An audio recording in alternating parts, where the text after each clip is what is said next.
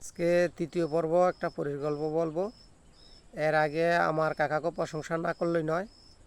আমাদের গোপালপুর পশ্চিম পাড়া আমরা হাতে গোনা কয়েকজন ফ্যামিলি উন্নত ছিলাম। এর মাধ্যমে রাসেল কাকু তাকু ফ্যামিলিটা উন্নত ছিল।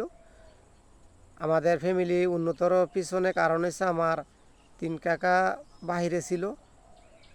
তাকে অনেক পরিশ্রম করছে বিদায় আঙ্গ অনেক ভালো ভালো খাবার খাইতে পারছি এবং কি ভালো পোশাক পরতে পারছি।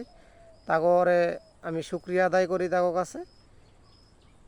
তারপরে আমি পরিকল্পনা বলতাছি, আমি 9টার দিকে ঘুমাইয়া পড়ি। 1টার দিকে হঠাৎ করে ওই আসে, আমি চমকাইয়া যাই। ওরে বললাম, তুমি যে বাজে আসো, আমি তো খেতার মধ্যে প্রসাব টসাব করে দিলে পরে এটি সাফ করবো কেটায়। আমি যেই বাজে ভয় পাই, তুমি আটকা আসো। বললো ঠিক আছে, তুমি যেই বাজে বলো এই বাজে আসবো। তারপরে দিয়া ওই আমি বললাম, এ তুমি কিছু গুঁড়ামাটি নিয়ে চালের উপরে দিবা, কিছু আওয়াজ হইব, তারপর দা আমি বুঝতে পারবো তুমি আসছো, এই বাজে আসবা। বললো ঠিক আছে, তুমি যে বাজে বলো এই বাজে হইব। তারপর দেয়া আমার জন্য কিছু উন্নত মানের সন্দেশ আনছে। আমি তুমি যে এইগুলা খাবার আনছো, তোমারে এই খাবার খাইলে আমি যদি পাগল টাগলে তোমার পরিস্থানে চলে যাই, তো আমার বাপ মা এবং কি ভাই বোন সবাই তো কান্নাকাটি করব।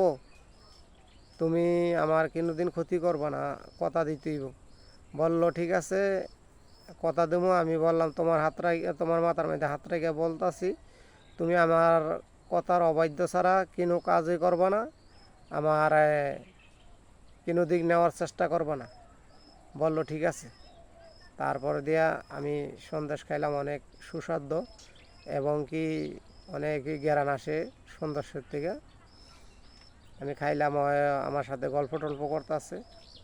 তার মাধ্যমে আমি বললাম, তুমি এত সুন্দর, তুমি কি দেখা আমারে পছন্দ করলা এবং কি বন্ধুত্ব করলা। বলল, তোমারে তোমার বডিটা অনেক ভালো লাগে দেখতে এবং কি তোমার চেহারাটাও আমার চেয়ে ভালো লাগে।